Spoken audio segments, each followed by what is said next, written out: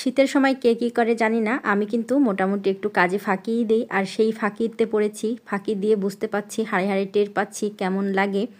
আসসালামু আলাইকুম, সবাই কেমন আছেন? আলহামদুলিল্লাহ আমরা বেশ ভালোই আছি। আজকে অনেক কাজ করেছি বাসায়, কাজের পাশাপাশি ভাবলাম যে আগের দিন রান্নাবান্না আছে তো একটু রান্না কম করি। আর কিছু কাজ রয়েছে যেগুলো শীতের মধ্যে করতে পারিনি পানি ধরার ভয়ে, সেই কাজগুলো আজকে করে নিব। শীতে তো বৃষ্টি নামে না, তাই বাসাবাড়িতে কিন্তু ধুলাবালি জমেও বেশি খাটের নিচে। এরপর হচ্ছে জানালাগুলো, পর্দার নিচে এত পরিমাণে ধুলা হয়েছে, তো খাটের নিচে পরিষ্কার করে কোনো রকমে তারপরে হচ্ছে এই যে জানালাগুলো পরিষ্কার করে নিয়েছি। সকাল সকালেই কাজগুলো করে ফেলেছি। এরপরে সকালে রান্না করেছি, আর আজকে রান্না করেছি সকালের খাবারে ছিল খিচুড়ি আর হচ্ছে কালো জিরে ভর্তা, তারপরে এই যে মরিচ ভর্তা, টমেটোর সালাদ, ডিমও ভেজেছি। আমি কাজ করছি বলে আর বাবাইটাকে খেতে দিতে একটু দেরি হয়ে গিয়েছে বলে সে শুধু ডিম খেয়ে নিয়েছে। তো যাই হোক, এই যে একটা প্লেটের মধ্যে খেয়ে নিব। মা ছেলে বসে, আপনাদের ভাইয়ার আগে খাওয়া হয়ে গিয়েছে। কাজ করতে গেলে তো বুঝতেই পারছেন কি হয়, ভাবি যে একটু করে তারপরে আসি, একবারে সেরেই আসি। কাজ ছেড়ে আসতে ভালোও লাগে না কাজের মাঝে, তো এর জন্যই আজকে আমার একটু দেরি হয়ে গেছে সকালের খাবারটা খেতে। আর বাবাইটাও একটু পড়াশোনা করেছে আর আমার হাতে খাবে বলে বসে আছে। তো সকালের খাবার দাবার খেয়ে একটু রেস্ট নিয়ে এই যে চলে এসেছি। এখন কিন্তু একেবারে সকালও না, প্রায় 12টার মতন বাজে। তো এখন ভাবলাম যে দুপুরে যেহেতু রান্না নেই, কালকে একটু বেশি পরিমাণে রান্না করে রেখেছিলাম, সেগুলোই রয়েছে। ছুটির দিন হয়েছে, তাতে কি হয়েছে, সব দিনই যে রান্নাবান্না করতে হবে এমনটাও কিন্তু না। যদিও রান্না করতে পারলে ভালোই লাগে, কারণ ছুটির দিন সবাই বাসায় থাকে, পরিবারের সবাই একসঙ্গে খেতে। তবে যাই হোক, আজকে কাজের মধ্যে ছিলাম বলেই এর জন্য হচ্ছে রান্নার ঝামেলায় যাইনি। শুধুমাত্র একটু ভাত রান্না করবো রাইস কুকারে, তাতেই হয়ে যাবে। প্রথমে তো দুধগুলো জ্বালিয়ে নিয়েছি, এরপরে হচ্ছে এই যে সুজি যেটাকে বলে, মানে সুজি রান্না করব। এর জন্য এখানে আমি এই যে ঘি দিয়েছি, সুজিগুলো ঘিয়ের মধ্যে ভেজে নিব।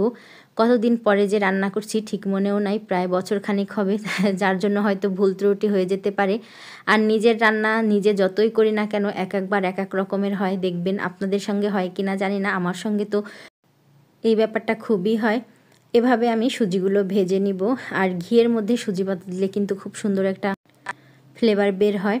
তো মোটামুটি সুজিগুলো ভাজা হয়ে গিয়েছে। আর সুজি যেহেতু ঘির মধ্যে দিয়েছি, তো কিছু কিছু দলা পেকে গিয়েছিল, তো ঘিয়ের মধ্যে দেওয়ার কারণে সেগুলো আবার একটু ভালো করে নেড়ে চেড়ে ছাড়িয়ে নিয়েছি। আর দুধ তো পাশের চুলায় নামিয়ে রেখেছিলাম, এখন এই যে দিয়ে দিব।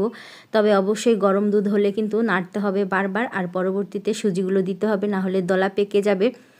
এই ভুলটা আমরা জানি, তারপরেও কিন্তু মাঝে মধ্যে হয়ে যায়। তো আমি একটু গরম পানির সঙ্গে গুঁড়া দুধ দিয়ে দিলাম। দুধের মধ্যে মানে গরুর দুধের সঙ্গে যদি হালুয়া রান্না করুন বা হচ্ছে পায়েস রান্না করি না কেন, আর সুজি যেটাই রান্না করি না কেন, একটু গুঁড়া দুধ যদি দেওয়া যায় তাহলে অনেক বেশি ভালো লাগে। 1 চিমটি কিন্তু লবণও দিয়েছি। আর এই যে মোটামুটি রান্নাবান্না শেষ, চিনিও তো দিয়েছি। সব কিছু হয়তো বলতে পারতেছি না, ভুলেই যাচ্ছি। তো মোটামুটি এই যে আমার সুজি রান্না করা শেষ। এবার এটার উপর দিয়ে মানে গরম থাকতে থাকতেই আমি একটু কিশমিশ দিয়ে সাজিয়ে দিব। যেভাবে বিয়ে বাড়িতে হয়তো লেখে, আমি তো আর লিখবো না, আমি একটু সাজিয়ে দিব। তো আমার ছেলে পাশ দিয়ে ঘুরছে আর বলতেছে যে মাম্মাম এটা কখন বরফি টাইপের করে কাটবো। তো আমি বললাম যে একটু ঠান্ডা হয়ে নিক তারপরে কাটবো। বলতেছে ফ্রিজে রাখো, মানে তার একদমই তর সইছে না।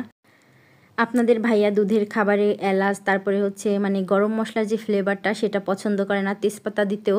তো আমি তারপরেও একটা তেজপাতা কোনো রকম একটু দিয়েছি, সেটা আবার তুলে ফেলে দিলাম, কারণ এটা যদি সে দেখে তখন বলবে যে এরকম ফ্লেভার হয়েছে কেন, দুধের ঘ্রাণ নেই। মানে দুধের খাবারে মোট কথা দুধের ফ্লেভার থাকতে হবে আমার বাসাতে।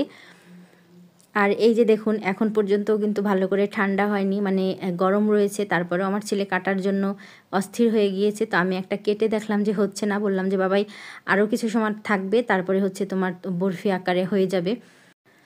তো তাকে তো কোনো রকমে বুঝ দিয়ে এই তো আমরা বের হয়েছি একটু হাঁটার জন্য আপনাদের ভাইয়ার সঙ্গে।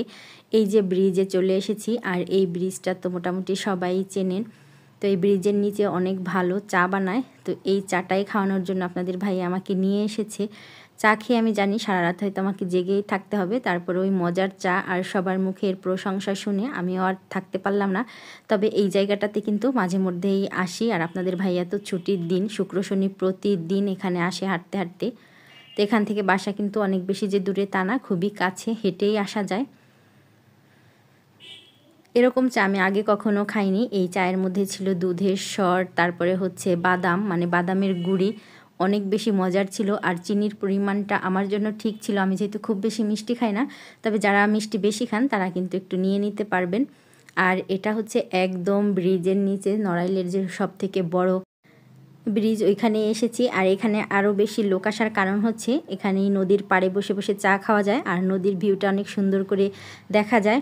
পাশাপাশি এই যে নতুন একটা রেস্টুরেন্ট হয়েছে, নতুনই চালু হয়েছে। তো ছোট্ট করে ভিডিওটি শেয়ার করলাম। আজ এই পর্যন্ত, সবাই ভালো থাকবেন। আল্লাহ হাফেজ।